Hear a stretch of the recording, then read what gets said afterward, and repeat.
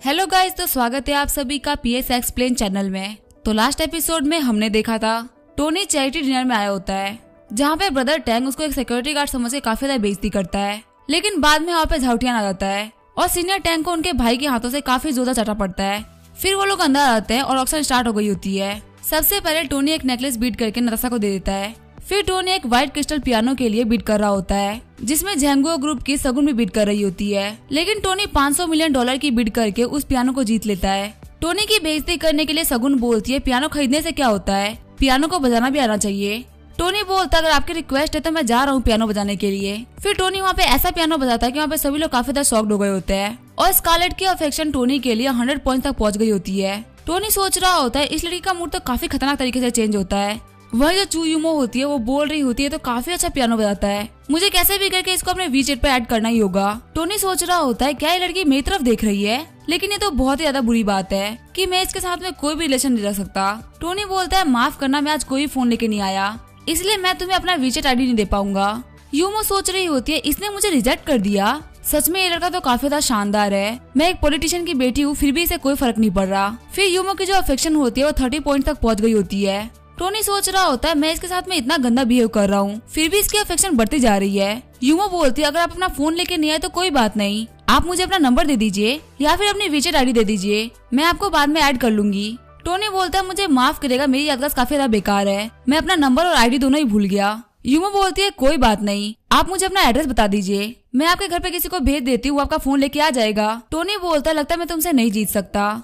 यूमो बोलते है, तुम अपने साथ में अपना फोन लेके आए थे, क्या तुम मुझसे कब से झूठ बोल रहे हो। यूमो सोच रही होती है जितना ये लड़का मुझे मना कर रहा है ये मुझे उतना ज्यादा अच्छा लग रहा है। फिर अनाउंसर अनाउंस करता है, अब जो चीज बिड होने वाली है वो कोई आइटम नहीं होगा, ये होंगी बैंकरप्ट कंपनीज। टोनी सोच रहा होता है मैं इसलिए तो आया था।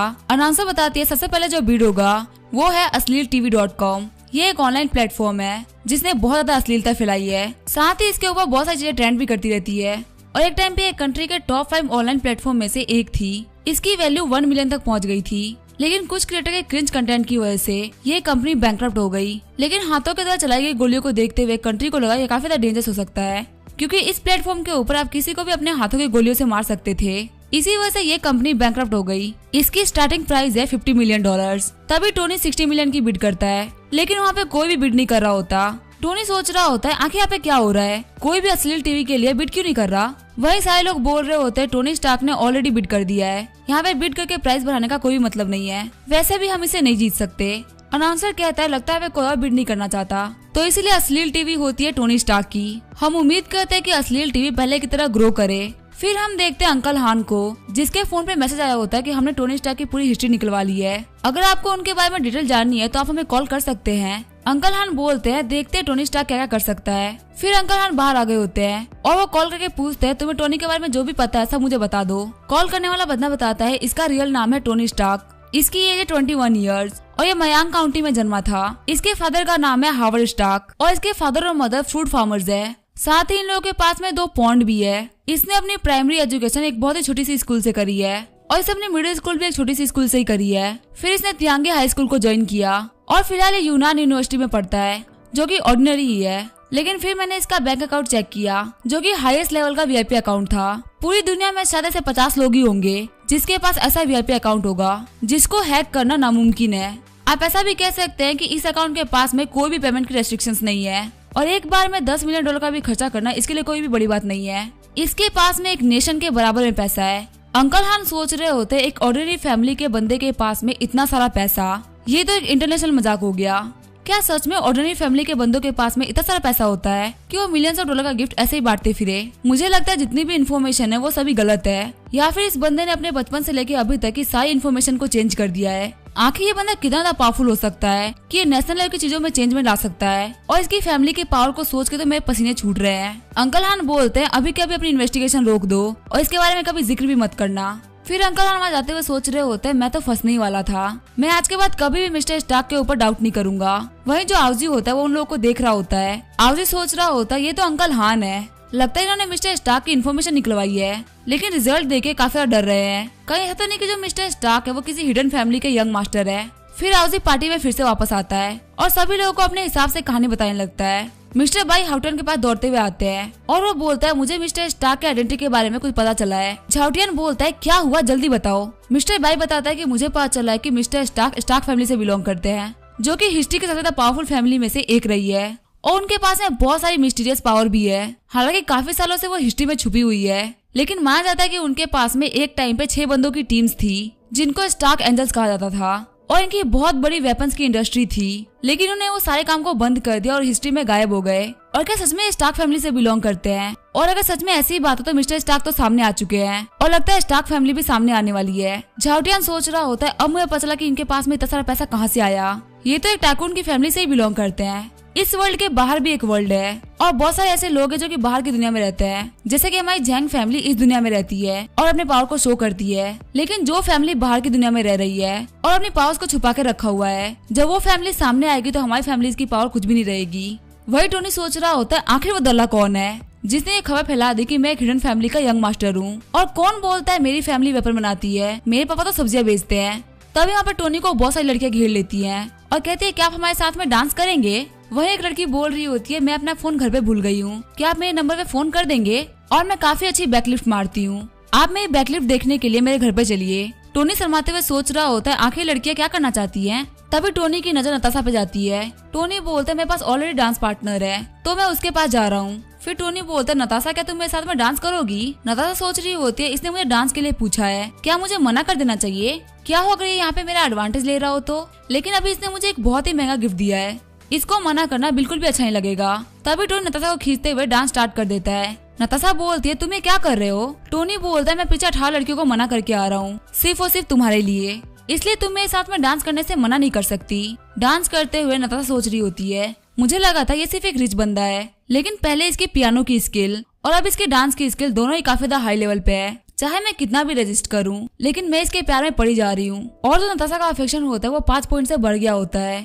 उसका टोटल अफेक्शन होता है 60 पॉइंट्स। सभी लोग उनके डांस को देखते हुए उनकी तारीफ कर रहे होते हैं। वही यूमो सोच रही होती है ये तो वही लड़की है ना जिसको टोनी ने नेकलेस दिया था। लगता है मिस्टर स्टार्क काफी ज्यादा डेडिकेटेड इंसान है और उनको इस लड़की के किसी भी कंट्रोवर्सी से कोई फर्क नहीं पड़ता। और मुझे तो लगा था कि यहाँ पे जितनी भी लड़कियां उनको भाव दे रही है उनके साथ में चले जाएंगे, लेकिन नहीं, वो काफी ज्यादा रिस्पॉन्सिबल इंसान है। लेकिन मुझे बहुत ज्यादा गुस्सा आ रहा है, उन्होंने मुझे रिजेक्ट कर दिया, क्या मैं नताशा जितनी अच्छी नहीं हूँ। टैंग आउजी आगे बढ़ते हुए बोलता है मिस यूमो क्या आप मेरे साथ में डांस करना चाहेंगी। यूमो बोलते मुझे डांस नहीं करना और मैं किसी भी अंकल के साथ में डांस करने में इंटरेस्टेड नहीं हूँ। आउजी एकदम शॉक्ड हो गया होता है क्योंकि वो सिर्फ 30 साल का है और उसको यूमो ने अंकल बोल दिया। वही टोनी सोच रहा होता नताशा के साथ में डांस करना बुरा नहीं रहा, कम से कम मेरे 5 अफेक्शन पॉइंट तो बढ़ गए। यूमो टोनी के पास जाते हुए बोलती है टोनी क्या तुम जा रहे हो, क्या तुम बाद में नहीं जा सकते, चलो ना हम लोग एक डांस कर लेते हैं। आउजी कह रहा होता है अभी तो इस लड़की ने कहा कि ये डांस नहीं करती। वही सीनियर टैंक रोते हुए बोल रहे होते हैं ब्रदर अब आपको फील हो रहा है मुझे कैसा फील होता है। टोनी बोलता है मैं बहुत थक गया हूँ तो अब मेरा डांस करने का कोई प्लान नहीं है। यूमो बोलते है क्या आप मुझे एक क्वेश्चन का आंसर कर सकते हैं।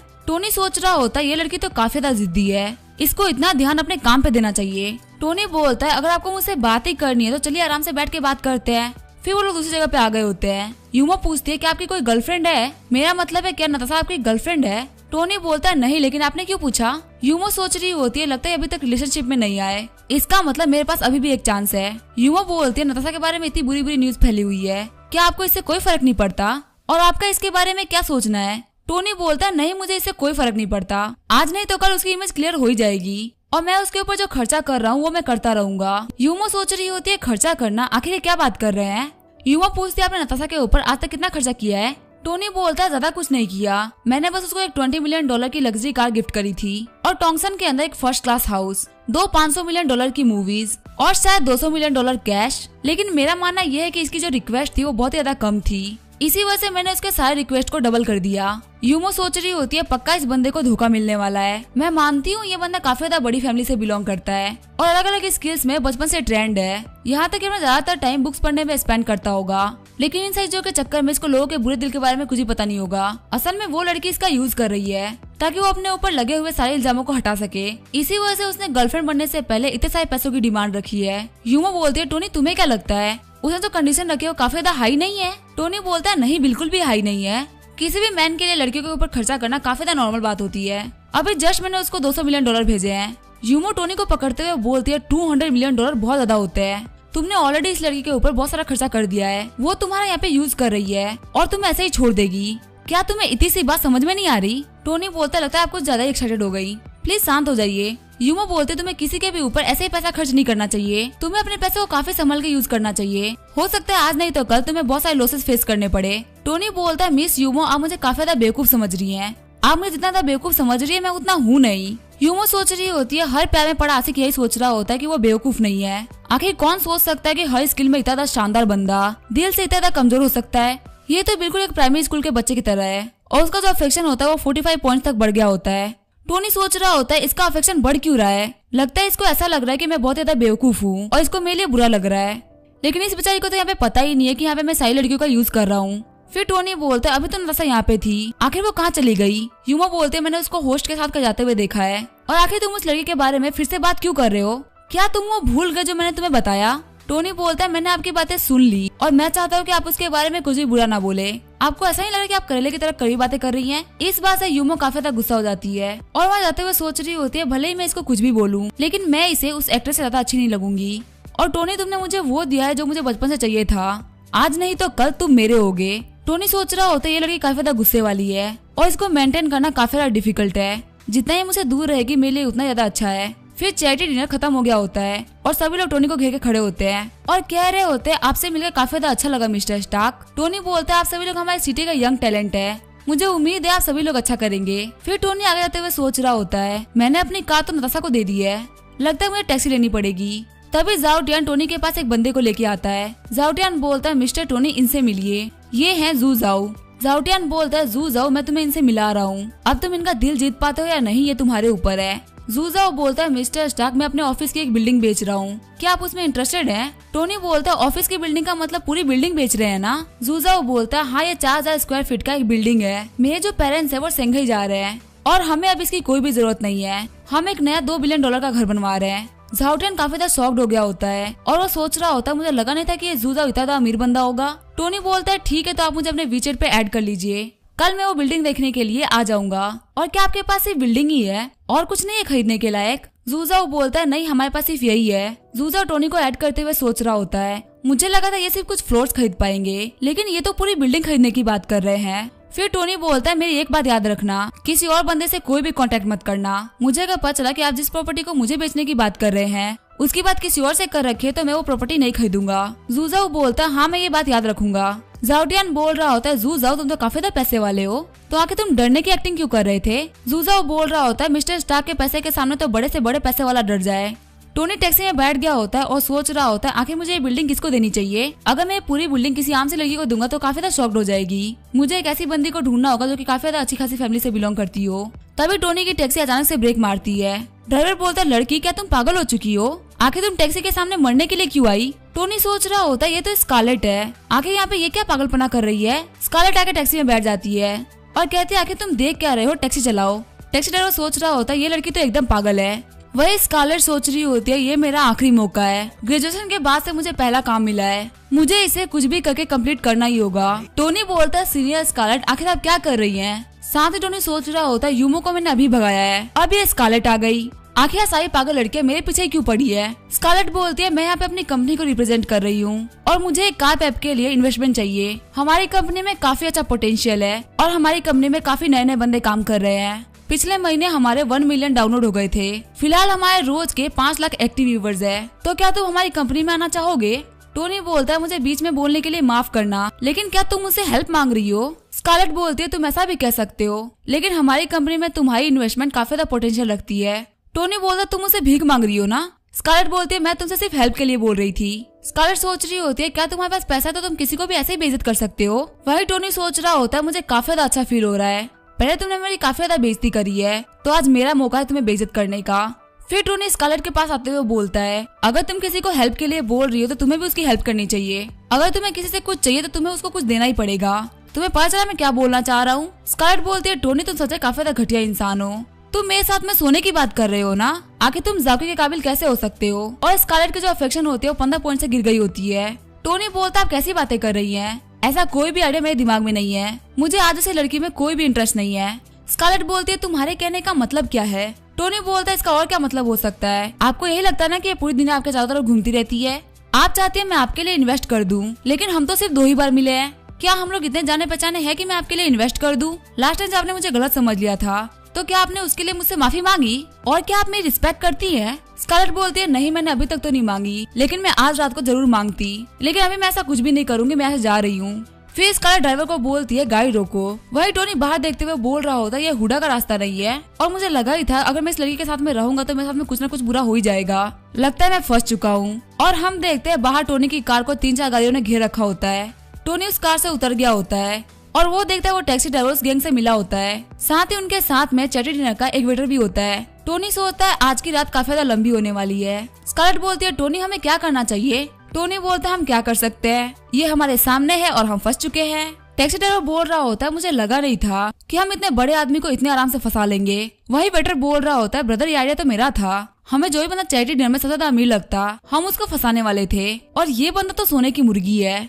टोनी बोलता है प्लीज हमारे साथ में कुछ भी बुरा मत करना, तुम्हें जितना पैसा चाहिए मैं तुम्हें उतना पैसा दे दूंगा। टैक्सी ड्राइवर बोलता है तुम तो काफी ज्यादा होशियार निकले, मैं तुम्हारी ज्यादा बेइज्जती नहीं करूंगा। तभी टोनी आगे बढ़ते हुए टैक्सी ड्राइवर को किक मार देता है और टैक्सी ड्राइवर एक ही किक में नॉक हो गया होता है। टोनी सोच रहा होता है जितने भी बंदे हैं वो सभी ट्रेन गैंगस्टर्स हैं, मुझे इनसे काफी ज्यादा संभल के फाइट करनी होगी। फिर वहाँ पे जितने भी बंदे होते हैं वो सभी टोनी के ऊपर अटैक कर देते हैं। टोनी एक एक करके उनसे फाइट कर रहा होता है। तभी वेटर बोलता है जाए कोई इस लड़की के ऊपर अटैक करो, अगर वो हमारे हाथ में आ गई तो हम इस लड़के को आराम से फंसा लेंगे। स्कारलेट काफी ज्यादा गुस्सा हो गई होती है और बोलती है मुझे हराना इतना भी आसान नहीं है। फिर वो उस वेटर को काफी खतरनाक किक मार देती है। वेटर बोलता है ये लड़की तो फाइट करने में काफी ज्यादा अच्छी है। टोनी सोच रहा होता है मुझे इतना तो कॉन्फिडेंस है कि मैं इन सारे लड़कों को अकेले हरा सकता हूँ, लेकिन पता नहीं स्कारलेट ऐसा संभाल पाएगी कि नहीं संभाल पाएगी। मुझे जल्दी इन सभी को हराना होगा। फिर टोनी 10 पॉइंट अपने स्ट्रेंथ में, 10 पॉइंट अपने स्टेमिना में और 20 पॉइंट अपनी एजिलिटी में ऐड कर लेता है। फिर टोनी बहुत ही तेजी से आगे बढ़ते हुए सारे ही बंदों को मारने लगता है। वही वेटर बोल रहा होता है कोई उस टोनी स्टार को रोको। तभी स्कारलेट वेटर के मेन पार्ट पे मार देती है और बोलते तुम मुझसे फाइट करते हुए किसी और पे ध्यान कैसे दे सकते हो। फिर स्कारलेट उस वेटर से बोलती है अब तुम्हारा सिस्टम हैंग हो चुका है, अब ये कभी भी काम नहीं करेगा। और वो वेटर सोच रहा होता है इस लड़के को मुझे मारना है। फिर वो वेटर अपने हाथ में एक नाइफ लेके स्कारलेट पर अटैक करने के लिए आगे बढ़ जाता है। तभी टोनी बीच में आके उस नाइफ को पकड़ लेता है। टोनी बोलता है एक लड़की के ऊपर नाइफ यूज करना बिल्कुल भी अच्छी बात नहीं होती, लगता है मुझे तुम्हें एक अच्छा सबक सिखाना ही पड़ेगा। हम देखते टोनी के हाथ से काफी ज्यादा खून निकल रहा होता है और स्कारलेट सोच रही होती है मैं बस मरने ही वाली थी, लेकिन टोनी ने मेरी जान बचा ली। फिर टोनी इस वेटर को काफी खतरनाक किक मारते हुए बोलता है अगर तुम कभी भी ऐसा करोगे तो तुम मेरे हाथों से मारे जाओगे। और हम देखते टोनी ने वहाँ पे सारे वेटर्स को हरा दिया होता है। फिर स्कारलेट टोनी को गले लगा लेती है और बोलती है मुझे लगा था कि आज मैं मारी जाऊंगी। वही टोनी शर्माते हुए सोच रहा होता है किसी को भी नहीं लगा था कि स्कारलेट जो कि बाहर से इतनी ज्यादा हार्ड दिखती है वो अंदर से इतनी ज्यादा सॉफ्ट होगी। सच में मुझे भी काफी ज्यादा क्यूट लग रही है। टोनी स्कारलेट को शांत कराते हुए बोलता है मैं यहीं पे हूँ और प्लीज तुम मेरी बातों का बुरा मत माना जो मैंने तुमसे कार में कही थी, तुम सच में काफी ज्यादा अच्छी लड़की हो। स्कारलेट बोलते क्या तुम सच बोल रहे हो? टोनी बोलता हाँ मैं बिल्कुल सच बोल रहा हूँ और मैं तुम्हारे कार पे ऐप में भी इन्वेस्ट करने का सोच रहा हूँ। मैं कुछ दिनों में तुम्हारी कंपनी में आऊंगा ऐप को चेक करने के लिए। स्कारलेट सोच रही होती है भले ही काफी ज्यादा कड़वा बोलता है लेकिन ये बहुत अच्छा लड़का है। ये भले ही दिखाता है कि इसकी कोई भी इज्जत नहीं है, लेकिन ये बाकी किसी भी इंसान से काफी ज्यादा स्ट्रॉन्ग और काफी ज्यादा ऑनरेबल है। इसको देख के पता नहीं क्यों पर मुझे विश्वास हो रहा है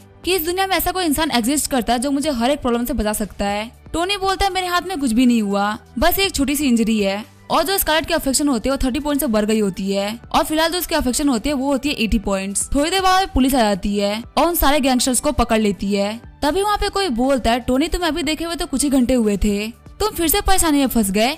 टोनी बोलता है तुम यहाँ पे क्या कर रही हो? हम देखते हैं यूमो को जो कि कह रही होती है तुम मुझे देख के इतना शॉक क्यों हो रहे हो। फिर यूमो के पास में एक पुलिस वाला आता है और वो बोलता है यहाँ पे एक बंदा मारा गया और 7 बंदे बहुत बुरी तरीके से घायल है। यहाँ पे बहुत खतरनाक फाइट हुई होगी। ये 8 ही काफी खतरनाक एस रैंक के क्रिमिनल्स हैं जो कि बहुत टाइम से वांटेड चल रहे थे।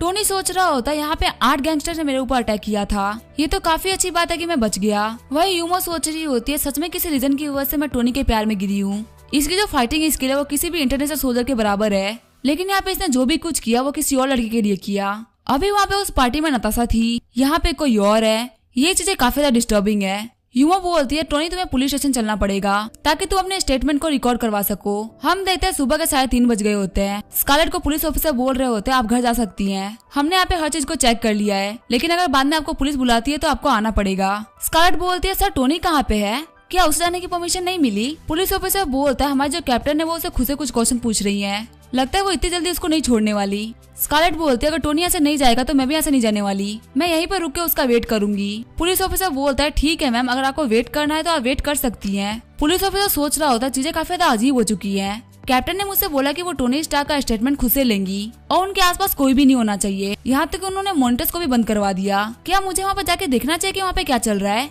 वही टोनी सोच रहा होता है आखिर ये यूमो क्या कर रही है, लगता है ये मुझे परेशान करेगी क्योंकि मैंने पहले इसको रिजेक्ट कर दिया था। कब से मुझसे बातें पूछ रही है, उसको नोट करती जा रही है। लगता है करेले वाली बात मुझको भारी पड़ गई। तभी टोनी को खाने के लिए नूडल्स दिए जाते हैं। टोनी बोलता है मुझे बिल्कुल भी नहीं लगा था कि तुम एक टीम लीडर हो सकती हो।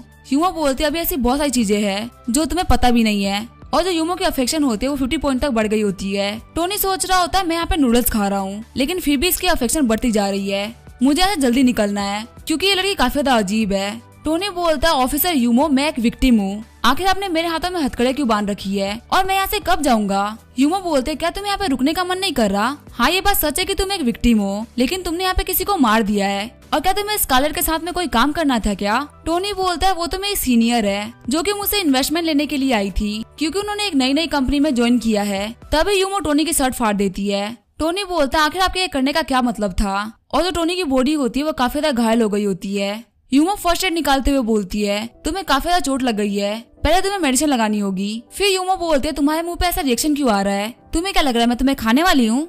टोनी बोलता है नहीं नहीं ऐसी कोई बात नहीं है। फिर यूमो टोनी को मेडिसिन लगाने लगती है। टोनी बोलता है आपको परेशान करने के लिए माफ करना, आपके पास बहुत सारे काम होंगे लेकिन फिर भी आप मुझे मेडिसिन लगा रही हैं। वही यूमो सोच रहा होता है ये लड़का उस लड़की को बचाने के चक्कर में खुद के बारे में भूल ही गया और खुद को ज्यादा घायल कर लिया। यूमो बोलती है टोनी ज्यादा मुंह मत खोलो, तुम लड़के काफी ज्यादा जिद्दी होते हो, अगर तुम्हारे घाव पे मरहम नहीं लगाया गया तो हो सकता है तुम्हें इन्फेक्शन हो जाए, इसीलिए चुपचाप बैठे रहो। तभी टोनी के दिमाग में कुछ आता है और टोनी सोचता है लगता है ये लड़की मुझे ट्रिक करने वाली है। अगर किसी लड़की को किसी लड़के को फंसाना होता है तो सबसे बड़ा ट्रिक होता है उसकी केयर करना, ताकि वो लड़का खुद के ऊपर से कंट्रोल खो दे और जब वो लड़का उस लड़की का पीछा करने लगे तब वो लड़की मना कर दे, जिससे जो लड़के की मेंटेलिटी है वो काफी ज्यादा वीक हो जाती है। और ऐसे एक एक करके कब एक लड़का डॉग में चेंज हो जाता है पता ही नहीं चलता। और जो सिग्मा मैन होते हैं वो किसी के भी ट्रैप में नहीं फंसते, मैं भी नहीं फंसूंगा।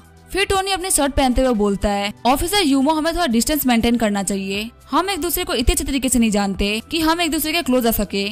यूमो बोलती है तुम क्या कर रहे हो, मैं तो बस तुम्हारे यहाँ पे बैंडेज कर रही थी लेकिन तुम फिर भी गुस्सा हो गए। टोनी बोलता है मैं ऑलरेडी किसी को पसंद करता हूँ और मैं नहीं चाहता कि आप मुझे गलत समझ ले, आप एक काफी ज्यादा अच्छी लड़की हैं और मुझे आप मिलते ही पसंद आ गई थी, लेकिन लाइफ इतनी इजी नहीं है, अगर मैं आपसे पहले ही पूछ लेता तो आप मुझे काफी ज्यादा गलत इंसान समझती, इसी वजह से मैं आपसे नहीं पूछ रहा हूँ। वही यूमो सोच रही होती है ये लड़का खुद को कितना भी हार्ड दिखाए लेकिन ये सच में एक सच्चा लवर है, अब तो ये मुझे और ज्यादा पसंद आ चुका है। वही टोनी बाहर जाके अपनी टैक्सी में बैठ जाता है। टोनी को जाते हुए देख के यूमो सोच रही होती है एक दिन ऐसा आएगा जब तुम मेरे होगे, मैं मानती हूँ तुमने ऐसे निकलने का ट्राई किया लेकिन मैं इतने अच्छे लड़के को कैसे छोड़ सकती हूँ। वही जो स्कारलेट होती है वो पुलिस स्टेशन में ही सोते रह गई होती है। हम देखते हैं टोनी जब के घर पे आया होता है। टोनी बोलता है दिन रात मेहनत करने के बाद मैं काफी थक चुका हूँ, यहाँ तक कि मुझे सोने को भी नहीं मिला, अब मैं यहाँ पे आराम से जाके घर पे नहाऊंगा ताकि मैं फ्रेश हो सकूं। टोनी घर के अंदर आते हुए सोच रहा होता है क्या जाओके घर पे नहीं है। वही टोनी देखता है बाथरूम में कोई नहा रहा होता है। टोनी सोच रहा होता है लगता है जाओकी मेरा टेस्ट ले रही है। यहीं पे इस एपिसोड को एंड करेंगे और जितने भी चैप्टर्स आए थे मैंने उसे एक्सप्लेन कर दिए। वीडियो देखने के लिए थैंक यू।